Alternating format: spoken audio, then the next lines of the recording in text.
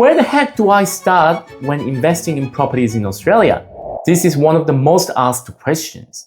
If you have been thinking and watching about buying properties, but never taken action because you are worried about making costly mistakes, you are lucky that you found this video. Now, the interest rate is about to come down and property boom is about to begin. So if you have missed the property boom during COVID, your second chance is around the corner, but only if you take actions. Well, today, I'm breaking down the key steps every new investor, or even those who already bought investment properties but without a clear strategy, must take before buying their next properties. Whether you are trying to build wealth, reduce tax, or retire early, this video will help you to get on the right track from day one.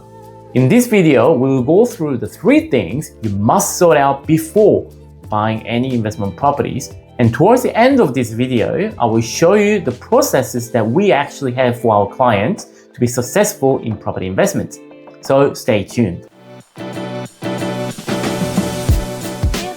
Hi, my name is Eric Lee. I'm a chartered accountant with more than 15 years of experience and property investment advisor holding a real estate agent license as well.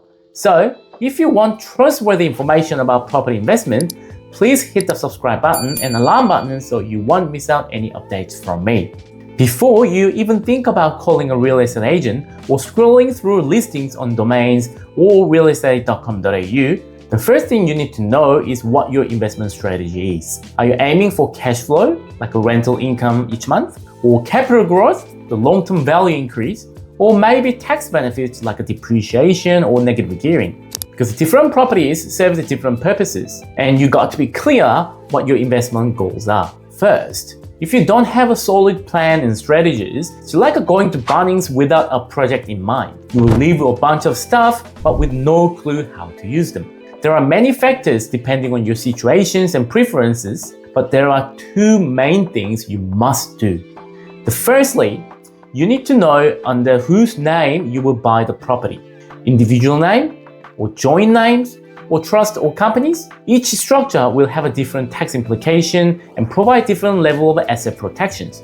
So you probably need to speak to an accountant or even a lawyer in some cases because it requires some analysis of your current situation and it is very difficult to fix it later. Secondly, cash flow analysis. Cash flow is the lifeblood of the property investment, but often is overlooked because people obsess over a capital growth alone. Yes, the property investment is about capital growth. However, even if you buy a property that doubles in value, if you cannot afford to hold on to it for long enough, you are literally building wealth for someone else. Cash flow is the power to hold on to the property. Therefore, you must have a clear understanding of how your cash flow will look like upon a purchase of a property and years beyond. Once you've sorted out your strategy, the next step is sorting out your finances. Actually, it is perfectly fine to do this at the same time while you're building your strategies. You'd be surprised how many people go property hunting without even knowing how much they can borrow. Your budget is not a budget until you know exactly how much you can borrow. And don't forget about additional costs like a stamp duty, building and passive inspection, and legal costs. So probably you want to speak to your mortgage broker or even a bank to get pre-approval so you know how much exactly you can borrow, which means how much you can actually spend on a property. If you don't have anyone to speak to, contact me using the details in the description below and I will connect you with the mortgage brokers that I work with, the capable ones of course. And remember, when I say you need to get a finance sorted, it's not just getting a loan approved. A good mortgage broker will guide you not to secure the first loan, but also plan ahead for future purchases and advise you how to increase borrowing capacity along the way, and also possibly find you the best rate available in the market. So now you have the investment strategies and finances sorted, and you are almost there. The last thing I would like to strongly recommend you is to build a team. A team of a savvy mortgage broker, a property accountant. By the way, not every accountant specializes in property investments, so you need to find the one who can actually do the more than tax returns. And a buyer's agent or real estate professionals who understands investment properties, and ideally, a property manager to take care of your valuable assets with minimal effort from yourself. Think of it like a building your own Avengers for wealth creation.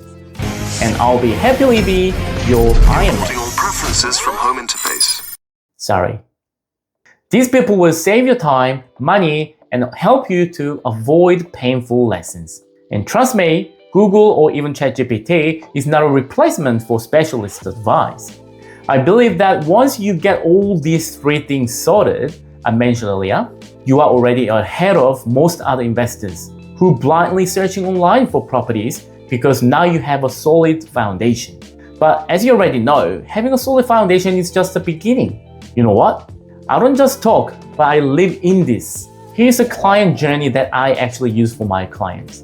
And you can see that the first two steps are pretty much the ones I already explained in this video.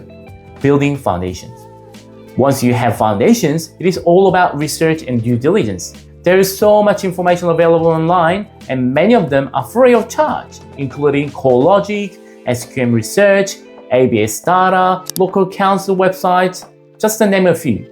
Some people can go about it themselves, especially if you are a good researcher.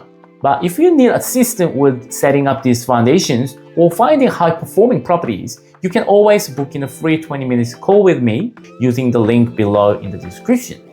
I know, I say foundations are more important, but you may still think that finding actual high-performing properties is everything about property investment. For those who are still not believing the importance of the foundation, let me give you a couple of examples. Let's say you bought a property that doubles in value in 3 years. Great outcome, huh? Sounds like every property investor's dream.